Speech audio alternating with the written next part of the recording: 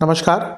ग्रहों की गोचरीय स्थिति पर रेगुलर वीडियो पाने के लिए साप्ताहिक राशिफल, मासिक राशिफल, त्रैमासिक राशिफल और ग्रहों के बाकी गोचर पर भी रेगुलर अपडेट्स पाने के लिए, जिसके हिसाब से आप अपने जीवन में थोड़ी गाइडेंस प्राप्त कर सकें, इसके लिए मेरे चैनल को अवश्य सब्सक्राइब करें। जिन लोगों ने सब्सक्राइब कर रखा है वो ऑल ये जो नोटिफिकेशन सेटिंग होती है इसको क्लिक करें, क्योंकि कभी कभी कुछ लोग बोलते हैं उनको नोटिफिकेशन नहीं मिलती। आशा करता हूँ चैनल को सब्सक्राइब करेंगे और रेगुलर वीडियोस अवश्य आप देखेंगे। नमस्कार। ओम गणेशाय नमः। ओम नमः शिवाय। मैं निखिल ज्योतिष आचार्य आप सभी का मेरे चैनल पर पुनः स्वागत करता हूँ। आशा करता हूँ कि आप सभी स्वस्थ होंगे। महादेव की कृपा आप सभी पर सदैव बनी रहे। ये वीडियो वृषभ यानी कि टॉरस के लिए बहुत विशेष है, क्योंकि ये वीडियो है 6 अप्रैल से 12 अप्रैल 2026 के साप्ताहिक राशिफल के बारे में।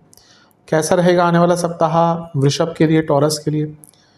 जो मेरा साप्ताहिक राशिफल होता है, नए दर्शकों को लिए बता दूं, जो रेगुलर व्यूअर्स हैं वो आगे बढ़ सकते हैं, वो चंद्रमा और उनकी गति पे आधारित होता है। चंद्रमा बहुत विशेष ग्रह है, चंद्रमा की विशेषताएं बहुत है, लेकिन जब हम साप्ताहिक राशिफल की बात करते हैं तो पहला तो उनकी तेज़ गति, फिर उनका मन का कारक होना और फिर उनकी क्वालिटी कि वह जिस भी भाव राशि ग्रह आदि के साथ संबंध संपर्क साधते हैं उनको बहुत एक्टिवेट कर देते हैं। इन सभी कारणों से चंद्रमा का जो गोचर होता है वो बहुत विशेष होता है। चंद्रमा के गोचर के कारण हमारे मन मस्तिष्क, विचार, स्वभाव, सोचने के तौर तरीके, दृष्टिकोण, हर चीज़ पर डायरेक्ट इम्पैक्ट पड़ता है और उसको समझने के लिए साप्ताहिक राशिफल बहुत विशेष होता है। इस अंधकारमय जीवन में ज्योतिष एक मात्र विद्या है जो हमें थोड़ा सहारा देती है, गाइड करती है।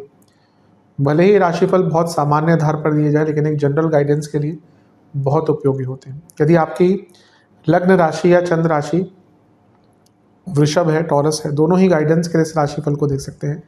जहाँ से सूट और रिलेट ज़्यादा करता है वहाँ से देखिए। व्यक्तिगत तौर पे मेरा मानना है लग्न से देखेंगे तो अच्छा है। इनकेस नहीं पता है आपको अपनी लग्न राशि, तो अपनी चंद्र राशि से भी इसको देख सकते हैं। शुरू करते हैं अत्यंत महत्वपूर्ण राशिफल का। चंद्रमा सप्तम भाव में आ जाएंगे आपके 6 अप्रैल को, बल्कि यहीं पे होंगे, 5 अप्रैल की शाम को आ चुके होंगे वृश्चिक में, और 8 अप्रैल सुबह के 6 बजे तक यहीं पर रहेंगे। चंद्रमा का सप्तम भाव में आना वैसे देखा जाए तो न्यूट्रल ही होता है, लेकिन यहाँ पे चंद्रमा नीच के हैं, केमद्रुम योग में है, तो थोड़े से सेंसिटिव हैं। और शकट योग भी बन रहा है क्योंकि गुरु से छठे में है। पहले अच्छी चीज़ों की बात कर लेते हैं। तीसरे घर के स्वामी अपने से त्रिकोण में आ गए, कोई इच्छा पूर्ति दिखाता है, और यहाँ से त्रिकोण में भी 3 क्रूर ग्रह हैं, यानी कि कुछ इच्छाओं की पूर्ति, कुछ काम का बनना ये दिखता है। उपचय भाव के स्वामी लग्न को देख रहे हैं नीच की अवस्था में। नीच का ग्रह ना हिम्मत देता है बदलाव का। हमेशा बोलता हूँ नीच के ग्रह को बुरा नहीं माना कीजिए। कुछ तत्व बिगड़ते हैं नीच के ग्रह के, उस पर मैं आऊँगा, लेकिन अधिकतम लोग जिनकी कुंडली में ग्रह बहुत ज़्यादा पीड़ित होते हैं ना, वो ज़्यादा सक्सेसफुल होते हैं इन टर्म्स ऑफ मेटलिस्टिक हैप्पीनेस। किसी का गुरु बहुत अच्छा है, उसके पास ज्ञान होगा, उस ज्ञान को कभी मॉनेटरी वे में यूटिलाइज नहीं कर पाएगा। पर किसी का गुरु ठीक ठाक है लेकिन पीड़ित है, राहु के साथ है,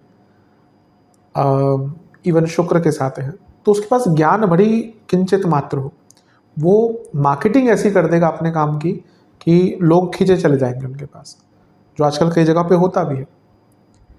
तो नीच का ग्रह बदलाव लाने में सक्षमता देता है।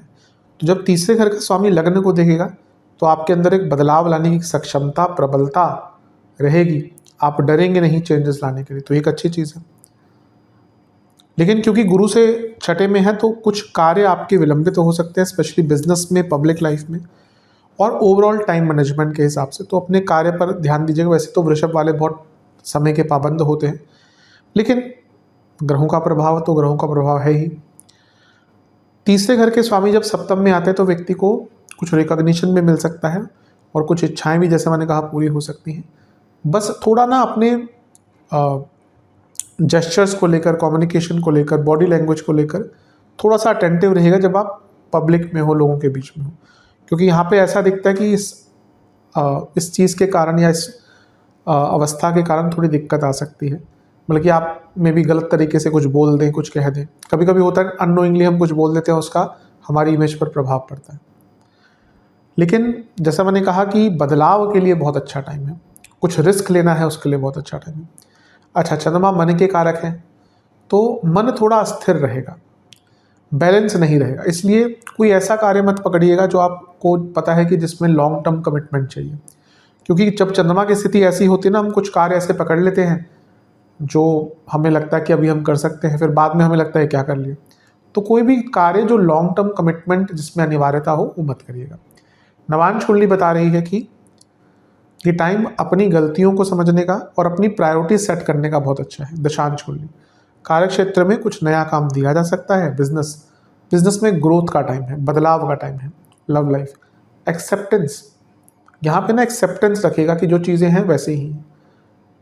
कोई भी ये मत सोचिए कि आपके पार्टनर परफेक्ट होंगे, क्योंकि आप भी परफेक्ट नहीं हैं। हम परफेक्शन ढूंढते हैं। आज की डेट में प्रॉब्लम क्या हो रही है ना, कि एक मिला या एक मिली, एक होप रहती है इनसे भी बेटर मिल सकते हैं, इसलिए रिलेशनशिप आज फेल हो रहे हैं। क्योंकि पूर्णता तो दो लोगों के मिलने से आती है, पूरक एक दूसरे के होना चाहिए, रिलेशनशिप हो, वैवाहिक जीवन हो। लेकिन आजकल क्या है कि वो always looking for the better one.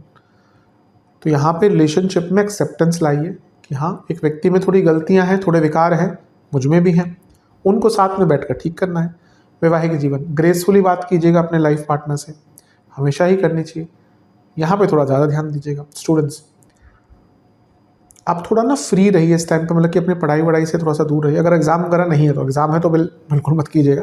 अगर एग्जाम नहीं है तो 2-3 दिन, 1-2 दिन थोड़ा फ्री माइंड, किताबों से दूर, पढ़ाई से दूर, क्योंकि उसकी आवश्यकता दिख रही है इस टाइम पे। सेहत की जहाँ तक बात है, कॉल ब्लैडर, किडनी, लिवर से संबंधित प्रॉब्लम, ब्लड डिसऑर्डर, सर्वाष्टक में आपका नवम भाव बली है, ये बहुत अच्छा है। भले चंद्रमा थोड़े पीड़ित है, लेकिन नवम भाव के बली होने के कारण कोई गाइडेंस आपको मिल सकती है अपनी प्रॉब्लम से निकलने के लिए। 8 अप्रैल सुबह के 6 बजे चंद्रमा आ जाएंगे आपके 8वें घर में, धनु में, और 10 अप्रैल शाम के 6 बजे तक वहीं पर रहेंगे।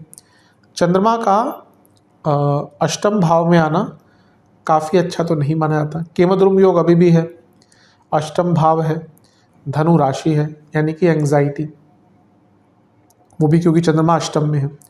तीसरे घर के स्वामी अष्टम में गए हैं और केमद्रुम योग में, अजीब सी जल्दबाजी रहेगी, पता ही नहीं चलेगा कि क्यों एक बहुत ज़्यादा अनिश्चितता का भाव आ रहा है, क्यों एक बहुत ज़्यादा अर्जेंसी आ रही है।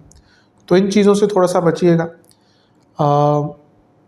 ये वो समय है जब आप कोई बहुत ब्लंडर ऑफ अ मिस्टेक कर सकते हैं, इसलिए कोई भी बड़ा निर्णय लेने की जल्दबाजी मत करिएगा। आराम से सोच समझकर, कोई ट्रांजैक्शन है, कोई डॉक्यूमेंट साइन करना है, इन सबको इस टाइम पे अवॉइड कीजिएगा। जितना ये करेंगे उतना आपके लिए अच्छा रहेगा। गुरु की राशि में है और गुरु की दृष्टि में है, तो गुरु बचा लेंगे। बस गुरु का तो काम ही बचाना होता है। वो ग्रह की बात कर लीजिए, जीवन में गुरु की बात कर लीजिए। लकी होते हैं वो लोग जिनको गुरु का सानिध्य मिल जाता है, रियल गुरु का। तो यहाँ पे अगर आपके कोई गुरु हैं, उनका सानिध्य, उनके सानिध्य में जाने की कोशिश कीजिए। बाकी तो मैं हर बार जैसे कहता हूँ, सबसे बड़े गुरु महादेव ही हैं, उनसे बड़ा कोई गुरु नहीं। हर विद्या, हर चीज़ उनसे निकली है, ज्योतिष हो, संस्कृत हो, तंत्र हो, संगीत हो। तो नहीं, ऐसा नहीं है कि, मैंने कहा ना कि बहुत मुश्किल होता है गुरु मिलना आज की डेट में। तो अगर नहीं है तो महादेव को गुरु बनाइए, उनसे बड़ा गुरु कोई नहीं है। वो आपको अवश्य स्वीकार करेंगे, खुले मन से उनके पास जाइएगा तो शुद्ध मन से, शुद्ध विचार से जाइएगा। उनको जो बेलपत्र से खुश हो जाते हैं, जो जल के अभिषेक से खुश हो जाते हैं, तो उनको क्या चाहिए? उनको कोई 56 भोग नहीं चाहिए, उनको दिन रात की कोई आरतियाँ, दिन रात का ये सब, वो तो हम करते हैं अपने प्यार के लिए। पर जैसे मैंने कहा ना कि वो एक बेलपत्र से जो खुश हो जाते हैं, एक जल की धारा से जो खुश हो जाते हैं, उनको और क्या चाहिए? उनको केवल भाव चाहिए। तो यहाँ पे जैसे मैंने कहा, अपने गुरु के सानिध्य में जाइए। गुरु, केतु, शनि, तीनों का प्रभाव है।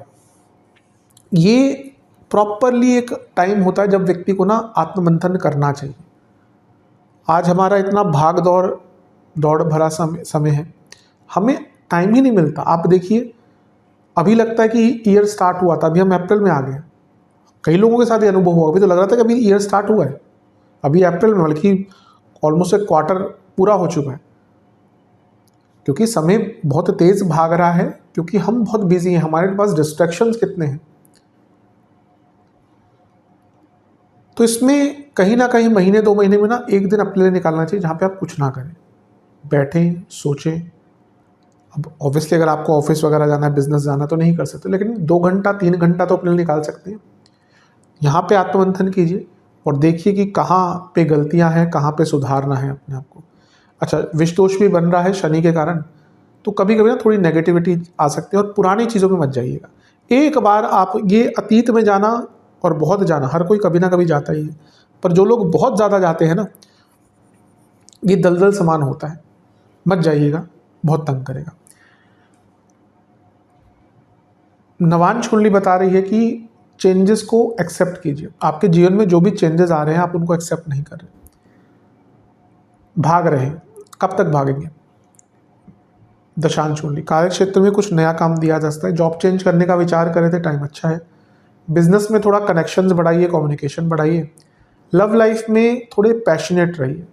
कभी कभी क्या होता है ना, चीज़ें थोड़ी, लेट्स से कि 6 महीने हो गए, 1 साल हो गए, तो पैशन कम हो जाता है, कि सबके साथ होता है, इसमें कोई नई चीज़ नहीं है। बहुत कम लोग रिलेशनशिप रह पाते हैं। ऑब्वियसली शुरू में एक दूसरे को पसंद करना है, अपने आप को पसंद करवाना है।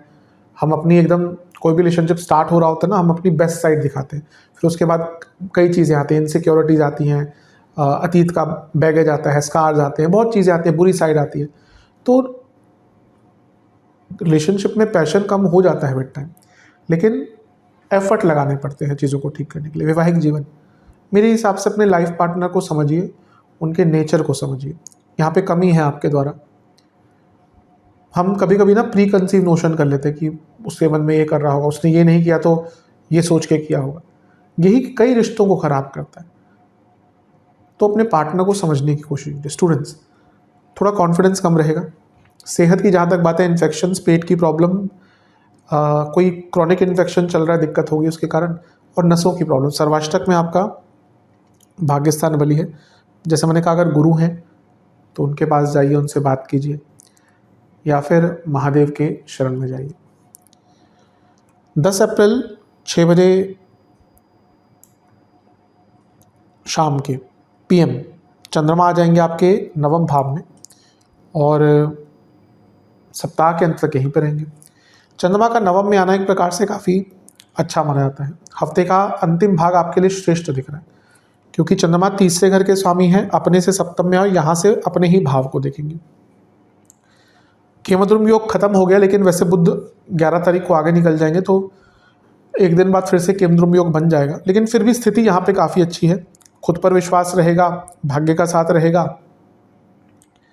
गलतियाँ अगर समझी थी तो उनको ठीक करने का मौका मिलेगा। शास्त्रीय ज्ञान कुछ सीखना है, कुछ पढ़ना है, किसी से राय मशवरा लेना है, घर में कोई धार्मिक अनुष्ठान कराना है, किसी यात्रा का प्लानिंग करना है, इन सब के लिए बहुत अच्छा है। और हफ्ते के अंत में, जैसे मैंने कहा ना, यहाँ पे नीच के थे, फिर अष्टम में थे, तो एक सेल्फ डाउट आता है। हफ्ते के अंत में आते आते वो सेल्फ डाउट कम होके सेल्फ रियलाइजेशन में कन्वर्ट हो जाएगा, सेल्फ एक्सेप्टेंस में कन्वर्ट हो जाएगा।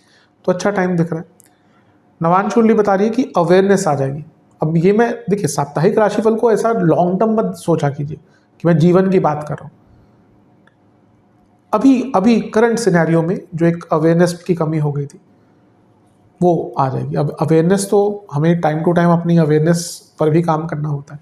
दशांश कुंडली, कार्य क्षेत्र में कॉन्फिडेंट फील करेंगे, ओवर कॉन्फिडेंस से बचिएगा। स्पेशली बॉसेस के सामने थोड़ा सा डिसरिस्पेक्ट मत कीजिएगा। बिजनेस में भी अच्छा टाइम है, कुछ बड़े डिसीजन लेने का मौका भी मिलेगा और आप तैयार भी रहेंगे। लव लाइफ, अंडरस्टैंडिंग, यहाँ पे मिसअंडरस्टैंडिंग बढ़ रही है, तो आपको अंडरस्टैंडिंग पर काम करना है।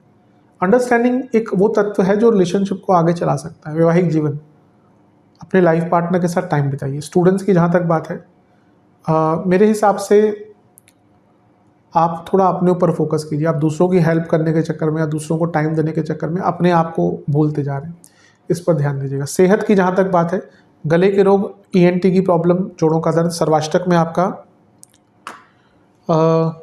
धन स्थान बली है, ठीक है। धन का बड़ा लाभ हफ्ते के अंत भाग में हो सकता है। उपाय के स्वरूप में काली माता की एक बार आरती कीजिएगा कपूर के साथ, और काली चालीसा का एक बार पाठ कीजिएगा। आशा करता हूँ वीडियो काम आएगा। चैनल पे नए हैं, सब्सक्राइब कीजिए, वीडियो को लाइक कीजिए। मिलता हूँ अगली वीडियो में, तब तक के लिए ओम नमः शिवाय।